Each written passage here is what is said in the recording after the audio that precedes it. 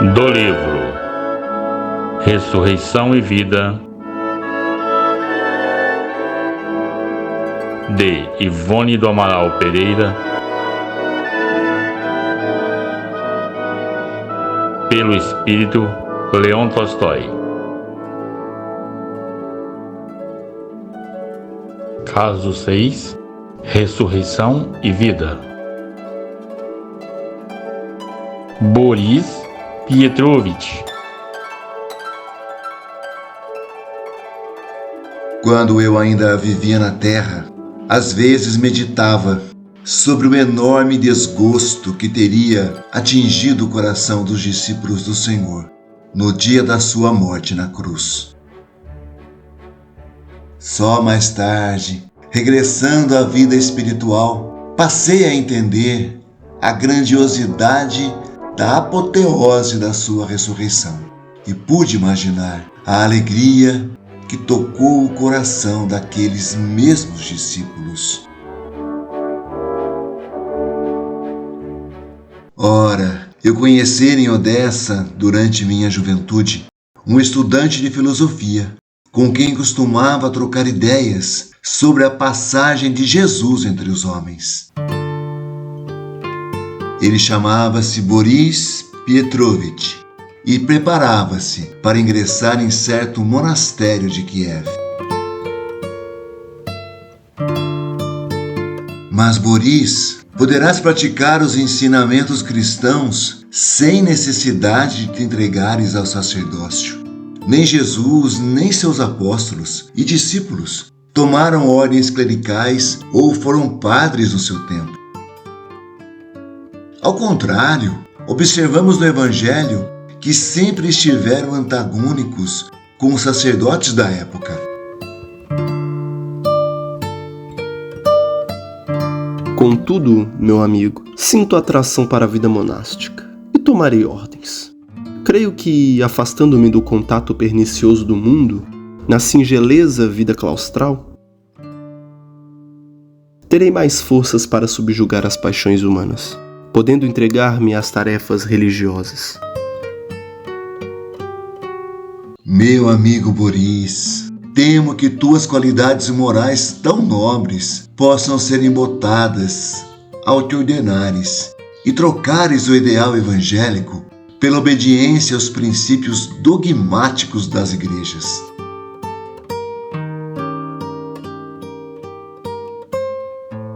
Nada disso dissuadiu Boris. Ainda continuei a encontrá-lo por 3 anos, nas férias que passava na casa dos meus tios, em Odessa. Porém, depois nos separamos. Anos depois, soube que Boris morrera de tuberculose, antes de se ordenar padre. O reencontro no plano espiritual. A morte de meu amigo confrangera meu coração. Durante muito tempo, lembrei-me de dirigir a essa alma delicada os meus fraternos testemunhos de amizade, por meio de sinceras orações.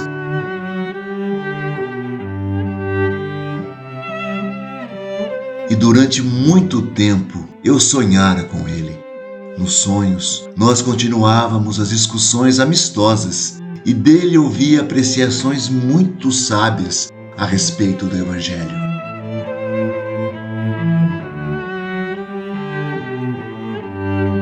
Quando, aos 82 anos, realizei a grande viagem para o invisível, nos primeiros dias, tão chocantes, quando ainda titubeava e tudo temia, recebi a visita de Boris. Nunca te esqueci, Nick, meu amigo. Há 62 anos que abandonei no túmulo o meu corpo físico. E, no entanto, recordo-me perfeitamente dos mínimos detalhes das nossas palestras na casa dos teus tios em Odessa. Faze-me imenso bem com tua visita, Boris. É consolador saber, na hora crítica do nosso ingresso no plano etéreo, que um amigo conserva por nós a boa vontade do passado.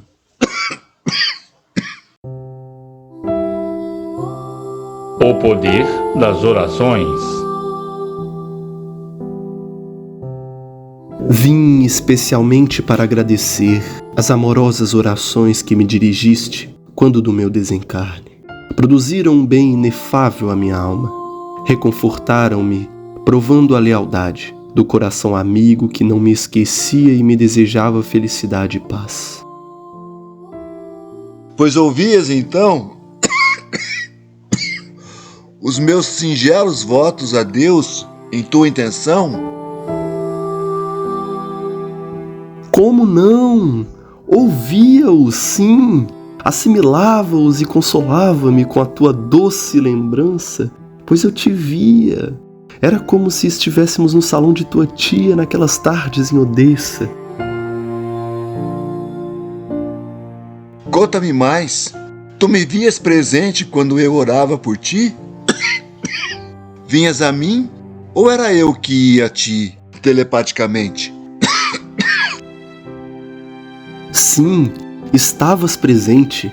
Se pensavas em mim com amor e saudade, um jato fosforescente desprendia-se do teu coração e do teu cérebro na forma de uma irradiação de forças poderosas do ser psíquico, que se distendia à minha procura para me ajudar a caminhar para Deus.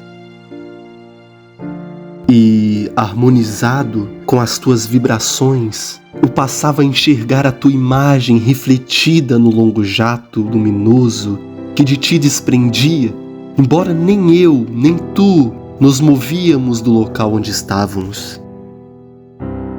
Oh, meu amigo, que sublime revelação me fazes!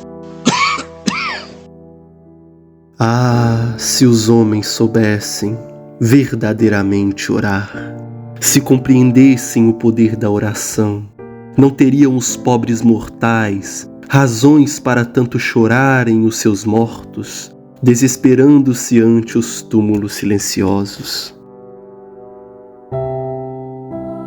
Evolução moral. Com o passar do tempo, estabeleci novas amizades no plano espiritual, mas Boris continuava a visitar-me. Um dia, tivemos um singular diálogo. Não pretendas, meu caro Nick, apossar-te de todos os conhecimentos no além, de uma só vez. Serão necessários 3 fatores para ingressares em terreno firme da sabedoria espiritual: tempo, dedicação e trabalho. Há mais de 60 anos habito aqui e somente agora fui admitido à presença de um desses seres celestes a quem frequentemente te vejo desejando visitar. Também aqui no mundo espiritual existe a diferença de castas e posições sociais? Não existe, Nick. Mas existe uma diferença infinitamente mais rigorosa, a qual leva séculos e até milênios para ser superada: a diferença da evolução moral. Só agora é que sou admitido na presença periódica de um desses seres a quem tu classificas como celestes, mas que nós denominamos superiores. Ele é meu professor de filosofia. Então fala-me desse ser superior, Boris. Como é ele? O ser superior. Ele viveu em Jerusalém, ao tempo do Senhor, em sua última existência planetária. Há mais de 2000 anos, portanto, encontra-se aqui a serviço da causa de Jesus. No tempo do Senhor, disseste? Quem era ele? Algum nome conhecido na história? Ou no Evangelho? Nem na história, nem no Evangelho. Seus feitos foram conhecidos apenas por Jesus, pelo céu. No tempo do Senhor, era apenas uma criança e tinha 10 anos, quando o Mestre foi crucificado. Ah, conta-me tudo! Bem sabes que esses assuntos arrebatam o meu coração. Aurelius Quintus Pompeu. Aurelius Quintus Pompeu era filho de um modesto oficial da legião romana, da Judéia, e de uma jovem grega Léa, a quem este conhecera em Jerusalém e com a qual se casara diante das leis de Roma. Pouco tempo depois, seu pai morrera em combate, deixando a viúva Léa com ele pequenino. Ela cuidara do filho, trabalhando como serva e ministrando aulas de grego. Quando Aurelius completara os 7 anos, Léa fora convidada por seus vizinhos a se unir à caravana que iria para o norte, no vale do Rio Jordão, para conhecer um profeta chamado João, o Batista. Curiosa, ela foi junto com o filho e lá ficaram por 3 dias. Encantada com as palavras do profeta, acatou-as amorosamente e recebeu o batismo. Sabendo por João que o Messias se encontrava na Galileia, para lá se dirigiu. Junto ao Mestre. Na Galileia, ouvir o sermão da montanha, ao lado do pequeno Aurelius. Ouvira o Mestre ensinar sua doutrina nas sinagogas, seguira-o e assistira às curas por ele realizadas. Um dia, Léa apresentou-lhe o menino para que ele, o mestre querido, o abençoasse, apondo sobre ele as mãos. Quando o Senhor chegou a Jerusalém, ela e Aurelius participaram da ovação a ele tributada pelo povo. E vendo-o recebido com entusiasmo pela cidade, em peso, sua alegria não conheceu limites. Mas viera a perseguição dos fariseus contra o Senhor. Jesus fora preso e condenado. Com a crucificação do Mestre e sua morte, a jovem cristã sofrera tão violento golpe que adoecera gravemente. Jesus vive. O pequeno Aurelius desdobrava-se para cuidar da mãezinha febril e realizar as atividades em seu lugar. Quando no domingo de manhã, 3 dias após a crucificação, os vizinhos adentraram sua casa com grande alarido. Léa, Léa, levanta-te! O mestre de Nazaré era, com efeito, o Messias de Deus, porque ressuscitou da morte depois de 2 dias sepultado. Hoje de manhãzinha apareceu e falou a Maria de Magdala. Simão Barjonas, João e outros correram para o seu sepulcro e o encontraram vazio.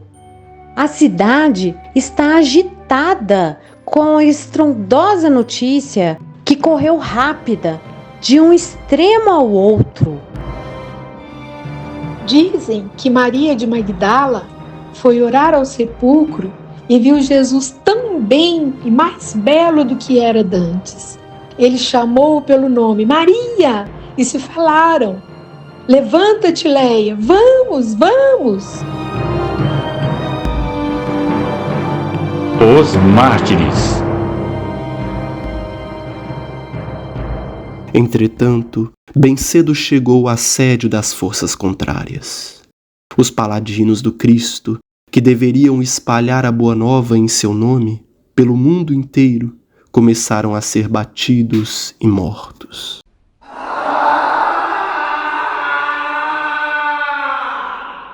Na primeira perseguição, havida em Jerusalém, após o passamento do Senhor, Léa sucumbiu a golpes de sabre e morreu feliz por merecer a palma do martírio pelo nome de Jesus. Seu filho então ficou só aos 13 anos, mas nem se viu abandonado, nem procurou autoridades romanas para exigir os direitos que lhe cabiam. Foi cuidadosamente acolhido e educado pelos adeptos da nova doutrina.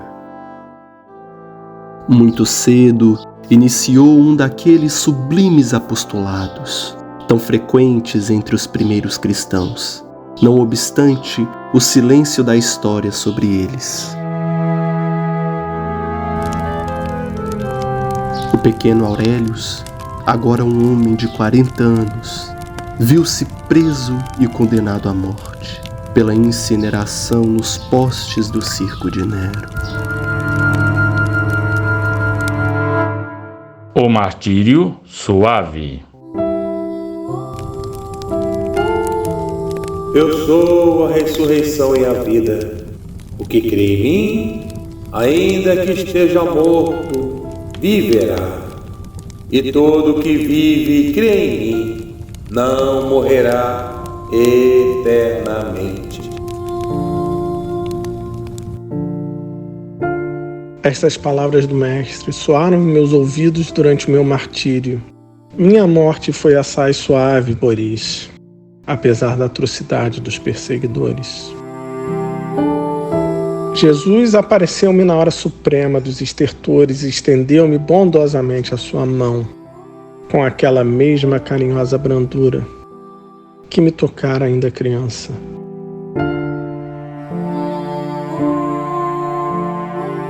Meu amigo Boris Pietrovitch e eu continuamos inseparáveis no além. Depois também passei a ser aluno de filosofia, e nosso professor era, com efeito, aquele pequeno Aurelius Quintus Pompeu, a quem Jesus abençoou há mais de 2000 anos. E se tu sofres e choras a ausência dos teus mortos queridos, lembra-te de que a ressurreição de Jesus, após a morte na cruz, é o testemunho máximo da perpetuidade da nossa vida no seio da eternidade. Passagens do Evangelho. João, capítulo 20, versículo 19. Chegada, porém, que foi a tarde daquele mesmo dia, que era o primeiro da semana.